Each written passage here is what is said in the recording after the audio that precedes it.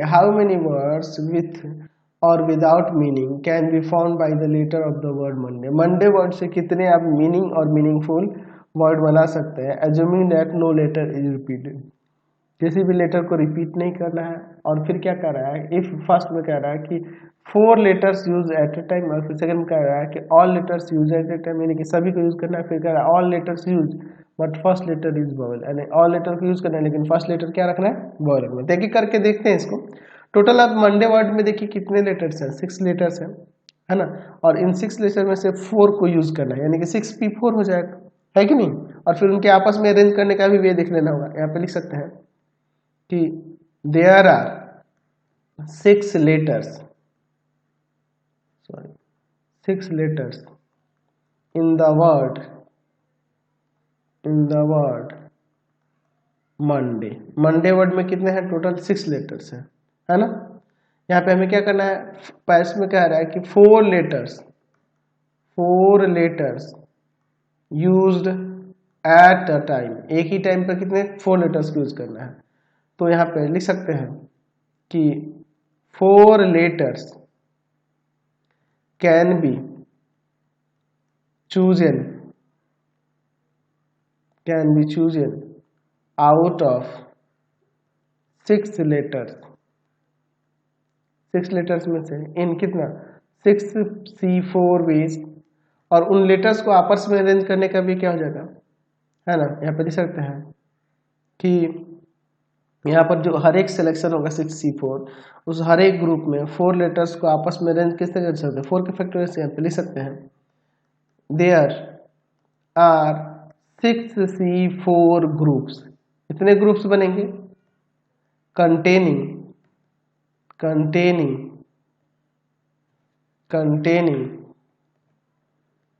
4 letters that can be arranged in 4 factorial ways, है ना।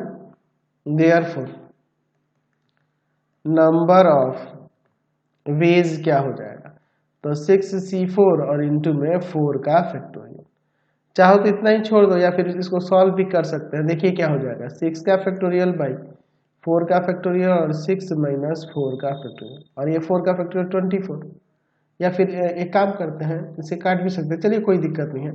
इसको 6 इंटू 5 इंटू 4 का फैक्टोरियल कर दो, और नीचे देखिए 4 का फैक्टोरियल और इंटू में यहाँ 2 का फैक्टोरियल 2 इंटू में 24। इसको इससे काट देते हैं, इसे 2 से काट देते हैं, इसको यहाँ पर 3 टाइम्स, तो 5 3 जा 15, और 15 में आप 24 से मल्टीप्लाई कर दोगे तो यहाँ पर आ जाएगा 360। चलिए इसके बाद इसके सेकेंड नंबर की तरफ चलते हैं। सेकेंड नंबर में कह रहा है कि सभी लेटर्स को एक साथ यूज करना है। तो सभी को जब एक साथ यूज करना है तो देखिए उसके लिए हम लोग यहाँ पे क्या लिख सकते हैं, यहाँ पे लिख सकते हैं सेकेंड में क्या कह रहा है, ताकि all the letters are used at a time, एक साथ सभी को यूज कर देना है। तो क्या होगा, तो यहाँ पे लिख सकते हैं कि therefore number of ways, permutation से ही हो जाएगा। जब सभी को यूज करना होगा तो टोटल 6 लेटर है, तो 6 का फैक्टोरियल, ये 720 आ जाएगा। सभी को जब यूज कर देना होता नंबर ऑफ अरेंजमेंट यही ना होगा जी, जब रिपीटेशन अलाउ नहीं है तो। चलिए थर्ड नंबर में क्या कह रहा था, और कुछ सोचना ही नहीं था इसमें। चलिए थर्ड नंबर में देखिए क्या कह रहा था कि पहला वॉवेल होना चाहिए, सभी लेटर्स को यूज करना चाहिए लेकिन बट पहला क्या होना चाहिए, वॉवेल होना चाहिए। तो जो आप वर्ड मंडे देख रहे हैं, मंडे में कितने वॉवेल हैं, ओ है और ए है, यहाँ पे 2 वॉवेल से दिख रहे हैं, है ना। चलिए तो सेकंड में क्या, थर्ड में क्या कह रहा था कि all the letters are used but the first letter is a vowel, first letter क्या होगा, वॉवेल होगा। यानी अब देखिए इसमें 2 वॉवेल है, ए है और ओ है, यानी कि फर्स्ट प्लेस पे इन दोनों में से कोई हो सकता है। यहाँ पर लिख सकते हैं कि फॉर द फर्स्ट लेटर के लिए पहले बात कर लेते हैं। First letters, for the first letter out of 2 vowels, कौन कौन वॉवेल्स हैं इसमें, तो यहाँ पर है O एंड A, ठीक है। One vowel can be chosen in 2C1 ways, ठीक है। तो यहाँ पर लिख सकते हैं। अब उसके बाद देखिए, पहला लेटर जब यूज कर लिए तो आगे कितने और 5 लेटर्स बचेंगे, उनको यहाँ पे अरेंज करना होगा। तो answer remaining 5 letters can be arranged.